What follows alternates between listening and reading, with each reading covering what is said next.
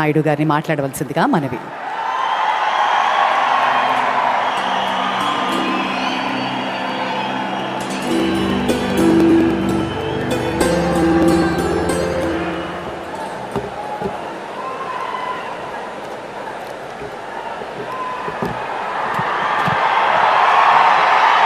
అందరికీ నమస్కారం.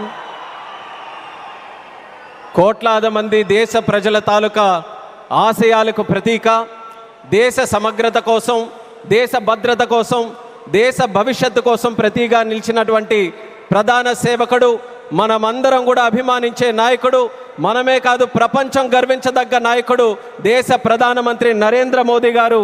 అలాగే విజనరీ నాయకుడు, నవ్యాంధ్రప్రదేశ్ నిర్మాత మన ప్రియతమ ముఖ్యమంత్రి వర్యులు నారా చంద్రబాబు నాయుడు గారు. అలానే మన ఉప ముఖ్యమంత్రి వర్యులు, ఆయనకి పదవులతో పని లేదు, జనం కోసం నిత్యం జీవించేటటువంటి జనసేనాని పవన్ కళ్యాణ్ గారు, రాష్ట్ర గవర్నర్ గారు అబ్దుల్ నజీర్ గారు, అలాగే వేదికలు అలంకరించినటువంటి కేంద్ర మంత్రులు, అలాగే మన తెలుగు యువతకి ఒక ఆదర్శప్రాయమైనటువంటి నాయకత్వంతో ముందుకు నడిపిస్తున్నటువంటి సోదరులు నారా లోకేష్ అన్న గారికి, ఎంపీ కలిశెట్టి అప్పలనాయుడు గారికి, ఎమ్మెల్యే మాధవమ్మ గారికి, అలాగే ఇక్కడికి విచ్చేసినటువంటి ఎంతోమంది జనప్రతినిధులకి, ఇక్కడికి విచ్చేసినటువంటి నా ఉత్తరాంధ్ర సోదర సోదరిమల్ల అందరికీ కూడా నా హృదయపూర్వకమైనటువంటి నమస్కారాలు తెలియజేసుకుంటున్నాను. ఒక 12 సంవత్సరాలైతే ఒక పుష్కరం అంటాం, 100 సంవత్సరాలైతే శతాబ్దం అంటాం. అలాంటిది యుగానికి ఒక్కసారి వచ్చేటటువంటి కార్యక్రమం అల్లూరి సీతారామరాజు విమానాశ్రయం ప్రారంభోత్సవ కార్యక్రమం అని గర్వంగా ఈ ఉత్తరాంధ్ర బిడ్డగా, మీతో పాటు ఇక్కడ పుట్టినటువంటి వ్యక్తిగా, కింజరాపు ఎర్రన్నాయుడు గారి తాలూకా బిడ్డగా ఈరోజు గర్వంగా ఉందని కూడా ఈ సందర్భంగా తెలియజేసుకుంటున్నాను. ఉత్తరాంధ్ర అంటే ప్రతి ఒక్కరు కూడా ప్రపంచం వైపు చూసేవాళ్ళు. మనకి పని కావాలన్నా, మనకి ఏ అవకాశం కావాలన్నా, మనకి పొట్ట గడవాలన్నా, ఏ కార్యక్రమం చేయాలన్నా సరే ఉత్తరాంధ్ర అంతా కూడా ప్రపంచం వైపు చూసేది. కానీ ఈరోజు మన భోగాపురం ఎయిర్పోర్ట్ చూసిన తర్వాత ప్రపంచం ఉత్తరాంధ్ర వైపు చూస్తుందన్నది గర్వంగా మన అందరం కూడా తెలియజేసుకోవాలి. అవకాశాల నిధిగా భోగాపురం విమానాశ్రయం మన ప్రధానమంత్రి గారి చేతుల మీదుగా ఈరోజు ప్రారంభోత్సవం కానుంది. అలాంటి విమానాశ్రయం ఒక 77,000 చదరపు అడుగులతో తయారవుతున్నటువంటి విమానాశ్రయం సుమారు 60 లక్షల కెపాసిటీతో తయారవుతుంది.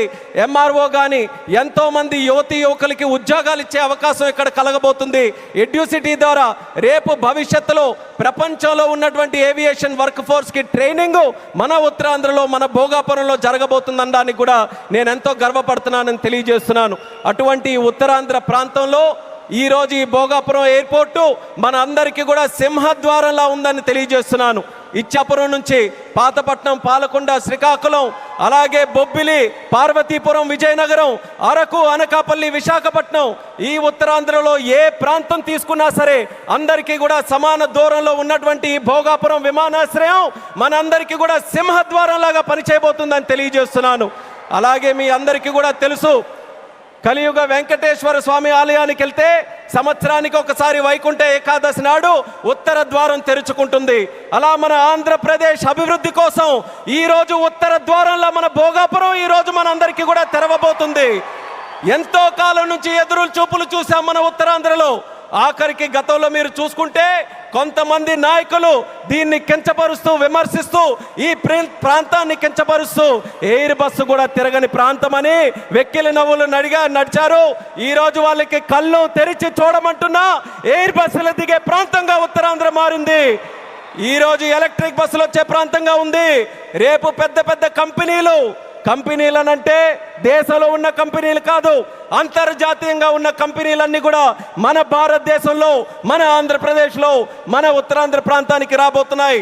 వాళ్ళ బస్సులు కూడా ఇక్కడే తిరిగి మన యువతీ యువకులకి అన్ని ఉద్యోగ అవకాశాలు కూడా కల్పించబోతున్నాయి.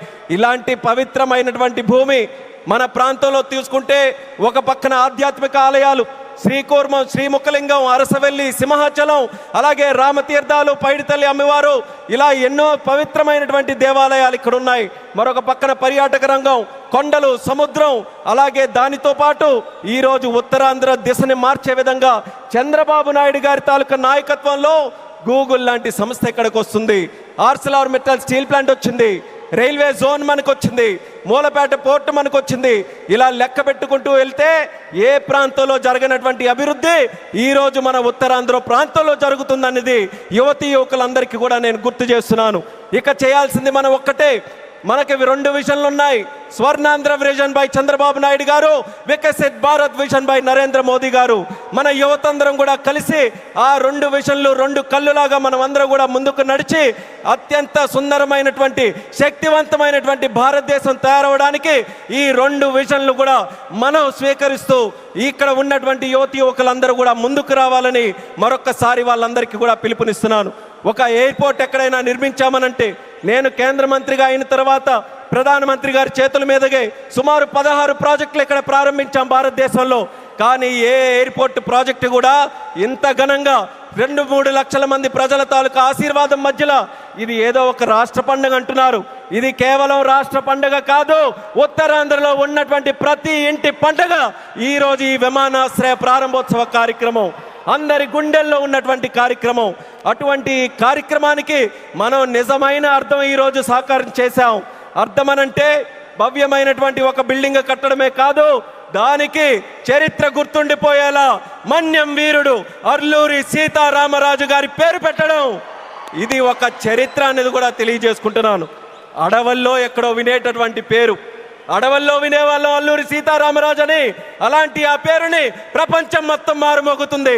అమెరికా వెళ్ళినా, ఆస్ట్రేలియా వెళ్ళినా ఎక్కడికి వెళ్తున్నారనంటే అల్లూరి సీతారామరాజు గారి తాలూకా గడ్డ విమానాశ్రయానికి మేము వెళ్తున్నామని మన యాత్రికులందరూ కూడా గర్వంగా చెప్పుకునే స్థాయిలో ఈరోజు ఆ పేరును కూడా మన నరేంద్ర మోదీ గారి తాలూకా అధ్యక్షన కేంద్ర ప్రభుత్వం అంగీకరించి ఈరోజు పెట్టింది.